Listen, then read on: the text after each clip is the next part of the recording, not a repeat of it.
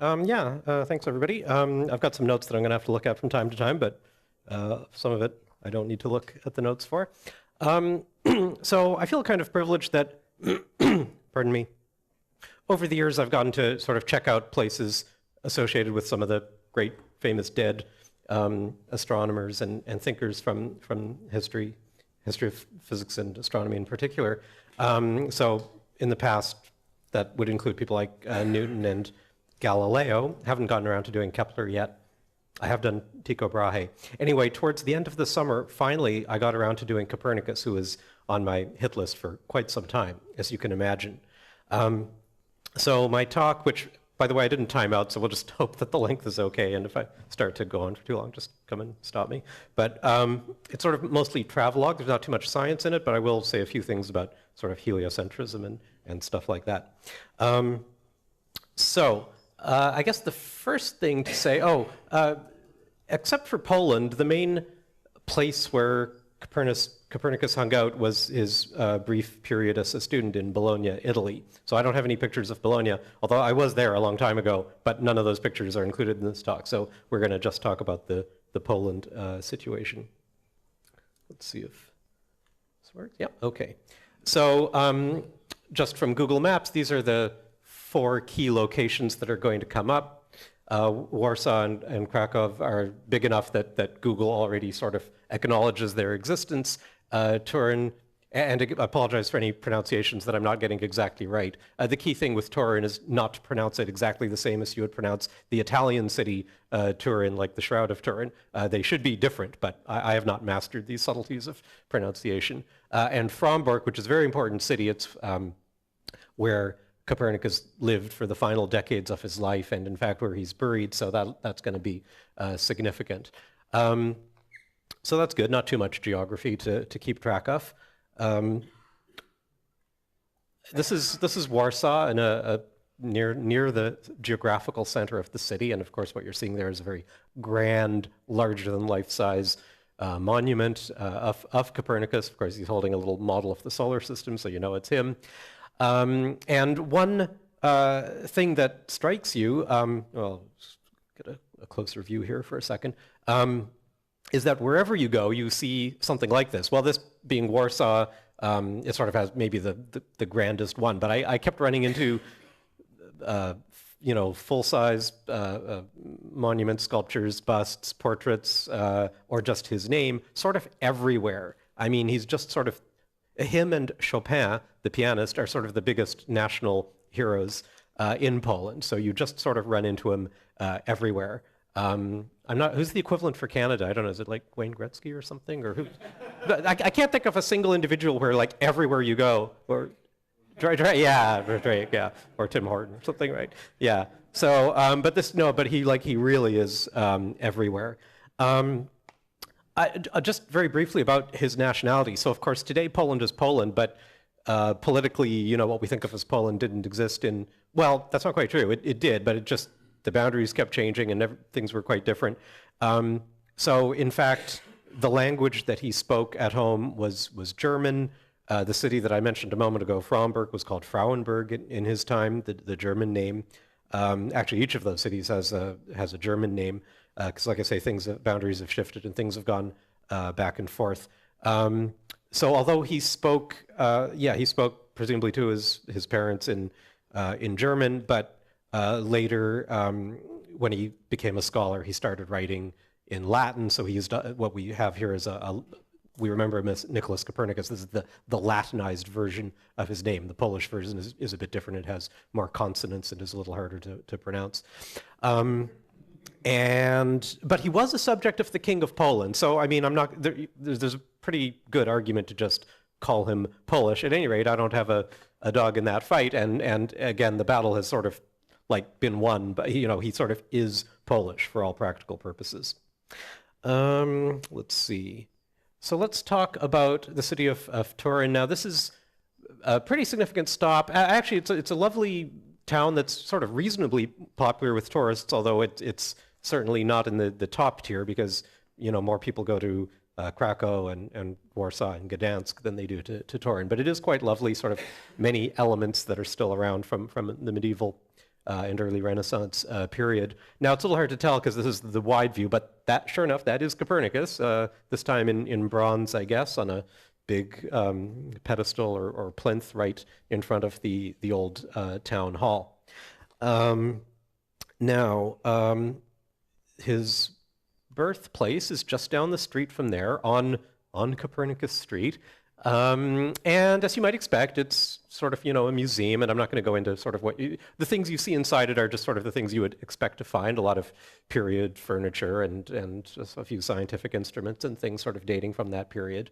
And probably the only catch is that we do not know for sure that he was born there, and the reason is that his family owned more than one home. But we do know that this house, which still, survives and is in pretty good condition, and some elements of it, date back to the 15th century. The family, it belonged to Copernicus's family beginning in 1463. So it is a Copernican home, but whether it's the Copernicus house, whether it's the actual house where he was born, we do not know for certain. He was born a decade after that time that I mentioned. So he was born in 1473. Just a couple of biographical details here. The son of a wealthy merchant. He studied first at the University of Krakow, so I'll say a little bit more about Krakow shortly. Later at Bologna, where he focused on canon law. These are the sort of the church laws, the laws that govern the rights and responsibilities of church leaders. Although he never took full holy order, so he never became a priest, but he was a cleric, pretty high up, just not a priest. Eventually, later in life, and he did also. Oh yeah, I mentioned Bologna, but there was also Padua. So he did study medicine at Padua, the other Italian city where he spent a little bit of time. Now, his uncle. Let's see what's next here. Oh, okay, just back outside. Yeah, so this is the old town hall. There's some exhibits in there. The statue, once again, that we already saw. Actually, I will just say that, so aside from seeing the birthplace or the house associated with Copernicus's birth, there was something else I wanted to see, and I knew I would find it in the town hall, and that's this very famous portrait, and you already saw it at the beginning. So slide number 1 was just a little, the title slide, but I had the Wikipedia. If you type Copernicus into Wikipedia, the first thing you see is that very famous portrait that you've all seen 1,000 times. He's wearing sort of a red coat. And I know it's on display here, so I thought, all right, that's fine, I'll go and I'll check it out. And I thought, well, surely it will be, like in its own room with maybe like a spotlight pointed at it, or maybe not, because you don't want to fade the painting, but like maybe a big arrow pointing to it or something. So it was actually just the opposite. I went there and there's like a row of like a bazillion portraits of famous people, and you just have to know. Now, I don't have the laser pointer, but you can see it. There is third from that. Yeah, third from the right is Copernicus, and there are different copies of it in other museums and different places. You actually will say, "Oh, that's great." Yeah, exactly. So that's just kind of funny, and also there was nobody there. I mean, there were some, there were other tourists, but I sort of had the room to myself for a couple of minutes. So I just thought, it was a little bit of irony because. I thought, oh, it's going to be this big thing. It's actually, you can see the scale, right? It's actually not that big. Yeah, there it is. Just like I say, if you go to Wikipedia, it's the first image that you see. It's been reproduced everywhere. Okay, so let me just I'll just rest it on. That's the same sculpture we saw before. This is the monument just outside of Town Hall in Turin, and just a few more biographical things. So Copernicus's uncle was a powerful bishop, and after his father died, it was sort of the uncle who looked after him, and later the vice versa too. Copernicus had his medical training and would sort of look after his uncle's health needs later in life. So the uncle supported Copernicus's education and his travels, and in 1497 he settled in Frombork, which, as I say, was known as Frauenburg in Copernicus's time, in the province of Varmia on the Baltic Sea. And it's quite small, and to this day it's just not a very big place, but which is fine. It makes it easier to see all the tourist things on foot. So he was appointed as a canon. So again, this is a position just a little bit below that of priest. And after returning from Italy with his medical degree in 1510, he remained in Poland for the rest of his life. As far as we know, he lived pretty comfortably. Well, let's see. Let's get some. See if I can get us to Frombork. Oh, okay, I'm getting a little ahead of myself because I have a couple of things to say about Krakow, so let's take care of that. So in Krakow, where, as I say, he did some of his early studies. Now, Krakow is this hugely popular tourist destination. So there's like a whole bunch of things you can do in Krakow, and you'll have a terrific time. But I'm just going to focus in on the one site that's sort of associated with Copernicus, which is the Collegium Maius, the oldest of the college buildings. This is, sort of the arch, the courtyard with the arches. This is inside the assembly hall with just, painting after painting of important people from long ago. Now, so you turn the corner from here, you go into something called the Copernicus Room, and you have all these exhibits sort of associated with Copernicus himself and with the history of astronomy in general. If you spend enough time doing this, I mean, eventually the exhibits sort of blur into each other, because I saw something similar in Frombork and something a little bit similar in Turin. But this one really is, it's first rate. It really is a great place to spend a couple of hours. And the only one of these that I'm going to just zoom in on for a second, you can see it in the top left there. You're thinking, all right, well, that's probably not a photograph that Copernicus took, but it's a photograph of the Earth, and maybe you can guess who it's from. There's a movie coming out soon, isn't there? So this is actually from Neil Armstrong. That's right. It's signed by Neil Armstrong. It says, "To the Copernicus Museum, Krakow, on the 500th birthday of a giant." So that's kind of neat. Yeah, I didn't know it was there. I wasn't really expecting it. But that's kind of cool. In just a few weeks and a little bit, we're coming up on the 50th anniversary of Apollo 8. Well, you know that because it was the cover story on Sky News, but I just thought I would mention it anyway. It's kind of cool. Okay, let's get us to Frombork. Frombork is quite small. I think I probably already said that, but I'll say it again. It's kind of a small place. That's the bus stop. I guess that's the southbound bus stop, and somewhere on the other side of the street is the northbound bus stop. But you get off the bus, and up behind you there, I mean, that is the cathedral, which is sort of where you're trying to get to. So and as you'll see in a moment, it's not just a cathedral. There's a whole fortified sort of complex with the cathedral sort of inside at its center. Oh, and at the name of the bus stop is Frombork, underneath it, Copernica, right? Just to make doubly sure that you're getting off the bus at the right spot, and you're not at some other Frombork. You're at the Frombork associated with Copernicus. So they don't want anyone getting mixed up over that. Okay, here are as I say, it's kind of like a castle/cathedral. So the cathedral is the dominant architectural thing inside it, but the whole thing is sort of a fortified complex dating from the Middle Ages. Now, with that up there, let me just say a few things about Copernicus's life in Frombork. He lived comfortably. He had an income from the region's tenant farmers, but he had a second income from the cathedral. So that's a good deal if you can get it. So the whole two-income thing. And he was pretty busy because he was now trained as a medical doctor, right? But he also had his administrative duties within the church. So he had a lot of things going on. And every time his uncle needed him for something, he had to go. So, and the uncle had sort of, medical problems of different kinds, and Copernicus had to always be on hand to attend to him. But he did also study economics, cartography. He looked at the problem of counterfeiting and how to deal with it. But while all this was going on, he was definitely interested in celestial matters, and this, I think, even from an early age, this was the case. He took great interest in an occultation of the star Aldebaran by the moon in 1497 and a lunar eclipse in 1500. So he was still quite young at that time, and he was hooked. Okay, so what do we find at Frombork? Well, this is as I say, the sort of cathedral complex here is the main entrance, the gateway, and you're going over the moat. I'm not sure if the moat had water in it at some point. It seems like a good bet that it probably did. It's dry now, but it's pretty cool. The whole thing has a sort of a Monty Python-esque quality to it in terms of its. All right. More exhibits, of course. There's as much history of astronomy as you could possibly want. I really like what they did with the ceiling, with the sort of the artistic rendering of the constellations and illuminated at that.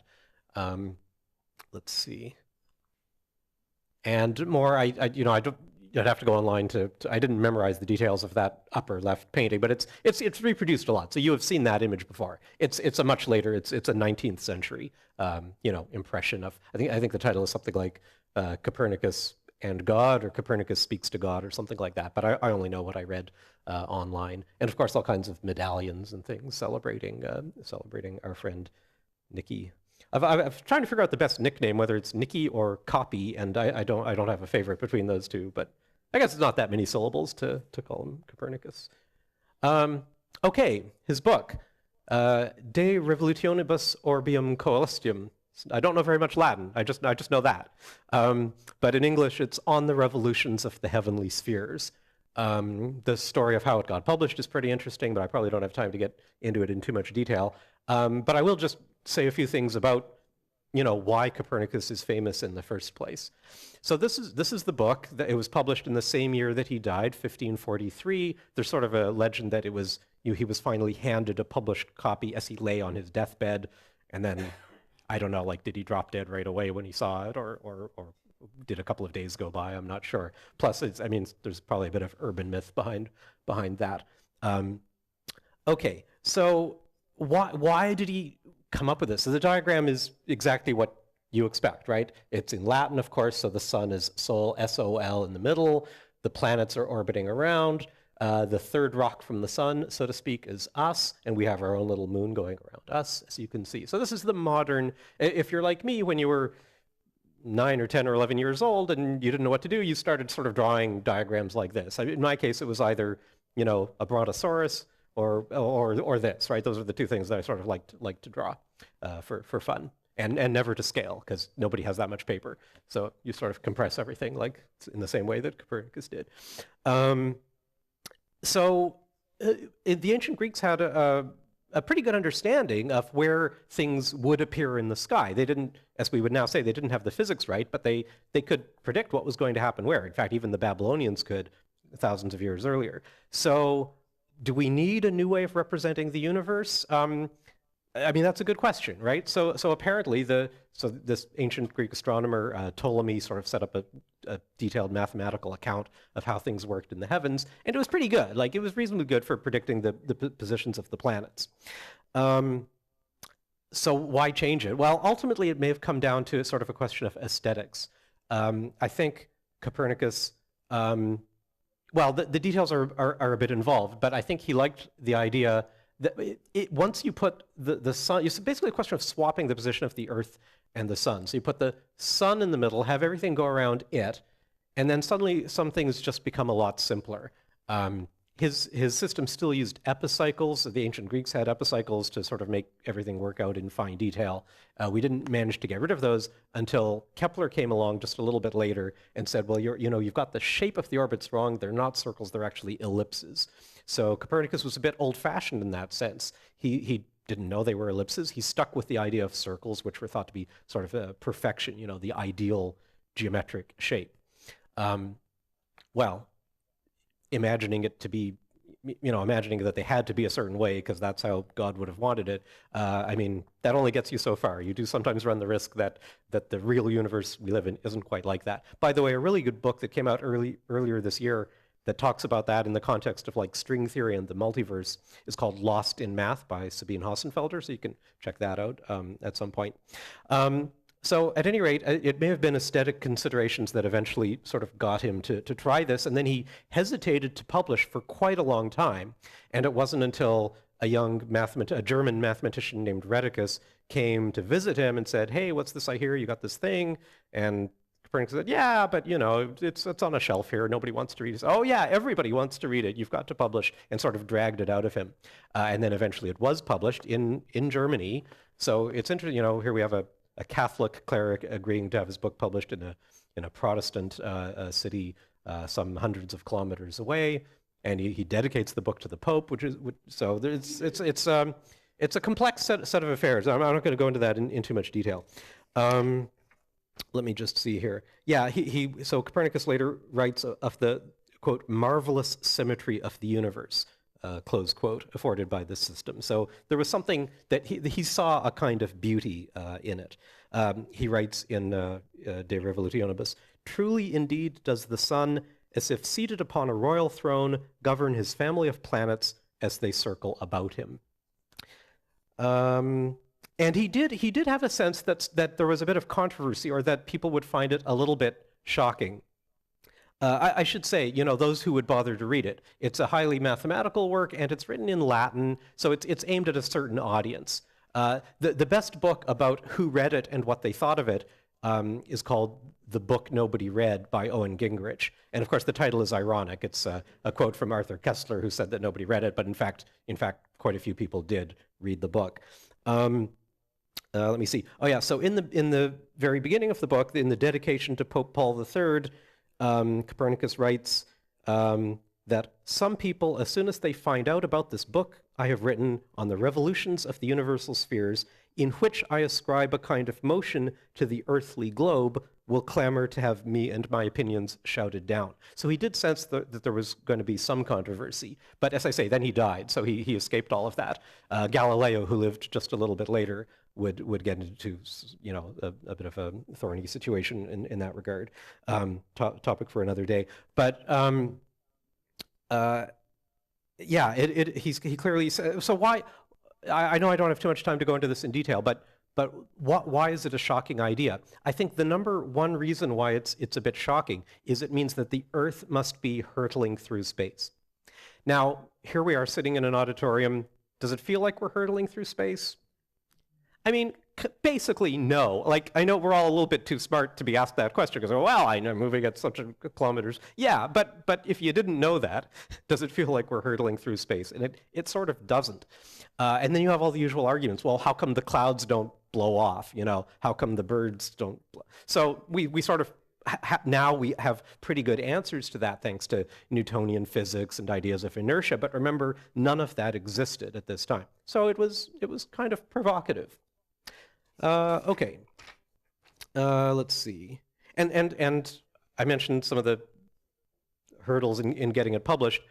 When it was finally sent off to, I guess, Nuremberg for publication, a Protestant clergyman added a preface anonymously. We now know who did it, but a preface was added that Copernicus knew nothing about. The preface said, "Oh, here's a book containing a hypothesis. So treat it as that. Don't take it too seriously about what the universe is actually doing this or doing that.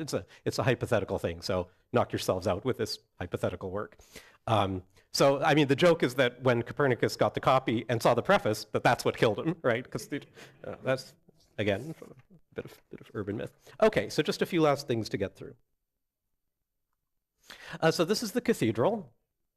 And so this is where Copernicus worked, shall we say. He had elsewhere, I don't really have a good photo, but he had sort of his quarters in one of the towers, not the grand belfry tower, but the other tower. And this was his vocation. This is where he spent most of his time. Also, it's a great place to see an organ concert too. And this is the tomb. Now, you might ask yourself, why is the tomb so darn modern? So there is a bit of a reason for that. And the reason is that for a couple hundred years, nobody knew where Copernicus's remains were. I mean, they sort of figured that he's got to be buried down there somewhere, but just nobody seemed to be very certain. So in 2005, archaeologists found what they believed to be his bones underneath the floor of the cathedral. And as you can imagine, it's sort of difficult to be sure that you're right about this kind of a thing. But they found the bones of someone who died, a man dying at age 70, so that is the right age.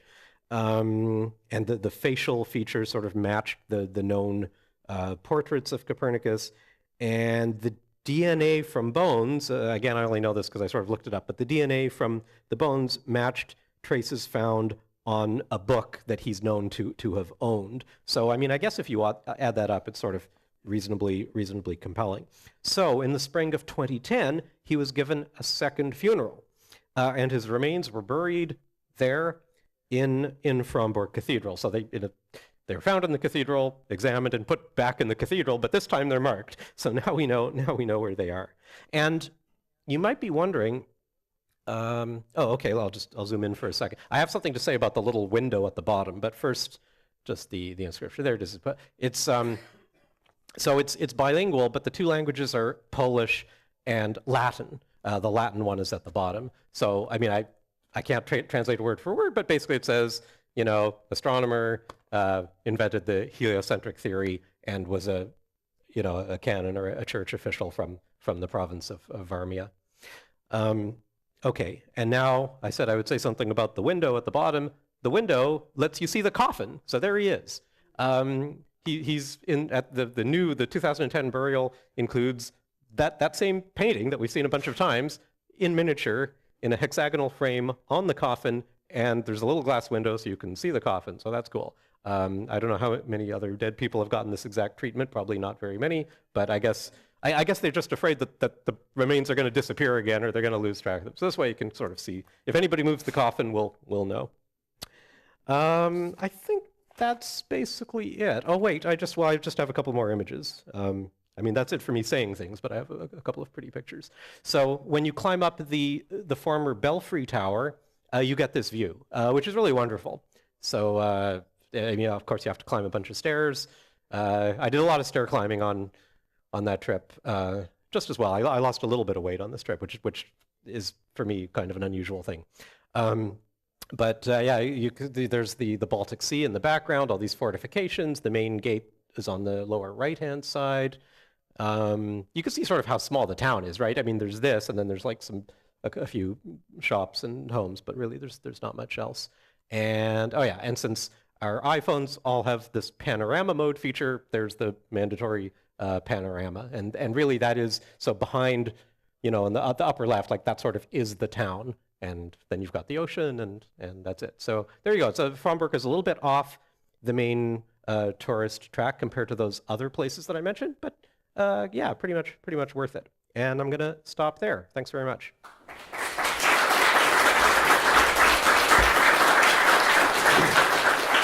If anybody has any questions, I'm happy to, yeah. Are those solar panels they're putting on that church? I don't know. I guess they could be, right? Well, I don't know. I mean, there is, they did need to calculate the date of Easter. I mean, church people over the centuries did have a strong interest in where the sun was and its altitude and its azimuth and a bunch of things. But yeah, I don't know. But I guess if it looks like solar panels, then it probably is, right? Because it's a little bit hard to figure what else it would be. Yeah, I don't know. It's facing the right way, isn't it? Or, yeah, it's facing south. The Baltic Sea is in the north. Yeah, it's facing south. It's a good direction to have solar panels. Anything else? All right. Oh, wait. Yep. He lived in a cathedral. Didn't you say his uncle was a bishop or something or other? Yeah. I'm curious to know, and you probably didn't get the answer to this, but did he talk to all these religious people about what he was working on, or did he just do it in private and not tell anybody? Yeah, great question. So the question is, did he talk to people about what he was working on, or did he do it in private? And I think mostly in private, but not completely, because in I'd have to look it up, but I think 1515 or something like that, he published like a really short version of what would eventually be De Revolutionibus. So I think it's called the commentary, or in Latin or whatever, commentariolus or something like that. But it's like a short pamphlet type thing that kind of lays out the basic ideas, but it wasn't sort of published. It was just circulated to people, to interested parties, so educated people of Europe. So I don't know how many people that is, but probably not very many, like a dozen or something like that. So as often happens in academia back then, if you have an idea that you think, it's like beta testing, right, or whatever, you show it to some people who are going to give you some feedback, but you're not quite ready for prime time. So you show it to a few people. And like I say, it's not clear that he would have published at all if Rheticus hadn't visited him and encouraged him. And by the way, there is a stage play about that, about the meeting of Rheticus and Copernicus. It's by Davis Sobel, who of course wrote Galileo's Daughter and took part in a bunch of PBS documentaries. The book, she wrote a book called A More Perfect Heaven, but there's also a play, and a version of the play is embedded in the book, but then later was published on its own, and the version that was published on its own is better because she made some changes to it. So, if you Google Davis Sobel play Copernicus, you can get the name for it, but it's kind of cool. It'd be nice if somebody staged it around here or something, because I'd love to see it. But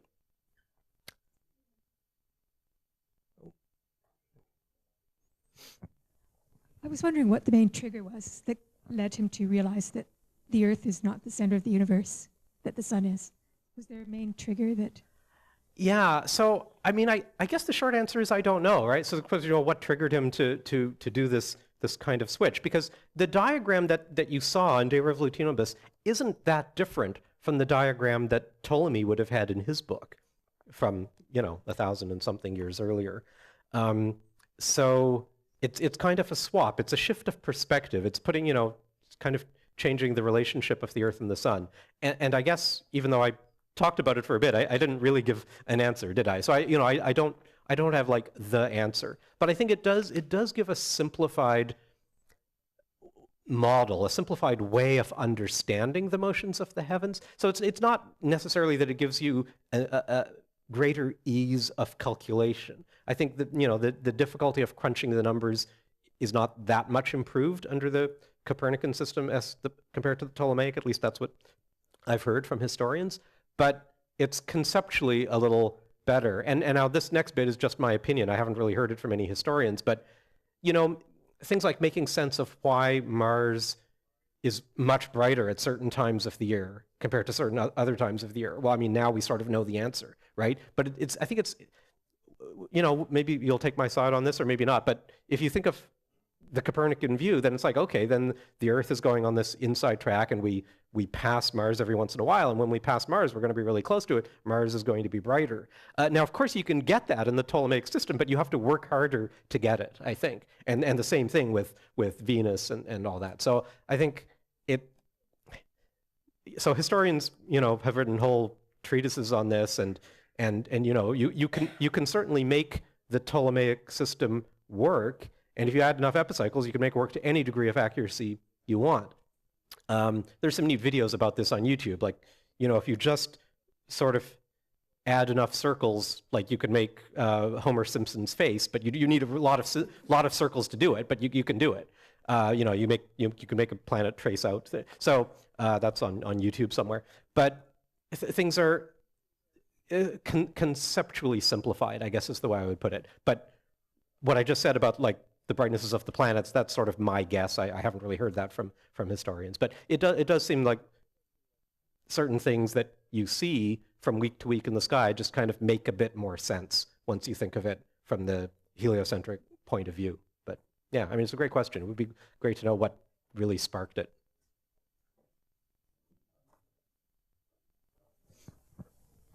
Yes, I remember when I read about Copernicus the first time, and I heard he was from Poland, and you think of 15th century Poland, and compare that image of your mind of that compared to what was going on in Italy and let's say Venice and Florence at the time, and you get the impression that Poland was like a backwater. Did you get that impression like that Poland was a less developed place than Italy would have been? Okay, so that's a tricky question. The question is, did I get the impression that Poland was less developed than Italy? But of course, you're not asking about the 21st century, you're asking about back then. So that's a hard thing to assess from the point of view of the 21st century, I think. That's a great question, but I think it is, I'd have to be more of a historian. I'm just trying to think if I've read anything that would illuminate that at all. That is, I think what you just said is sort of the reputation. That's kind of what you hear. Like, it was a bit surprising that this book did come from a place that far east, that far off of the nexus of, all of the great thinkers, allegedly. I'm sure this is what they told themselves or whatever, but allegedly lived in a section of Europe that stretched from maybe Naples, but Rome, whatever, certainly Rome, up to what, I don't know, Amsterdam, Paris, something like that. If we look at it a century later, you could include London or Edinburgh, but it was a small little section of Europe. So Poland, and certainly, Fromberg, it is, yeah, it's sort of outside of that zone. It's suspiciously far east. Yeah, and I don't know how what sparked, Rheticus to go and check it out. He must have seen the short version, the commentary, I guess. But yeah, it's a good question. I guess I just can't say too much about it. But yeah, Poland certainly would not have had the reputation that, Northern Italy had, or that the Netherlands and France would have had, and Germany, of course. Yeah. Alrighty, yeah, thanks. Thank you.